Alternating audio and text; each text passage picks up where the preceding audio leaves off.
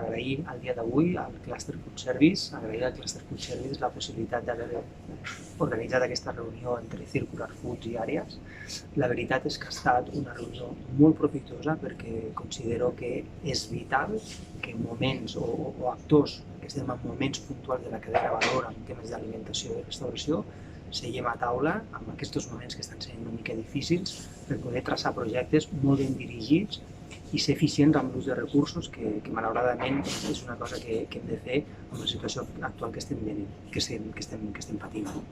Lògicament i concretament el tema que ens ocupa, que és la proteïna alternativa, amb els diferents verticals que hi ha, com la proteïna vegetal, les fermentacions, la micoproteïna, els insectes, inclús la carn cel·lular quan toqui, no? Jo crec que són coses que el food tech està molt present i crec que hem de baixar aquests conceptes a realitats, a productes que al final els consumidors hauran de gaudir als diferents moments de consum. I amb àrees jo crec que poder tindre un partenariat en aquest sentit és molt profitós i s'obren moltes vies de col·laboració, molts camins per recórrer i un ventall de possibilitats molt agraït.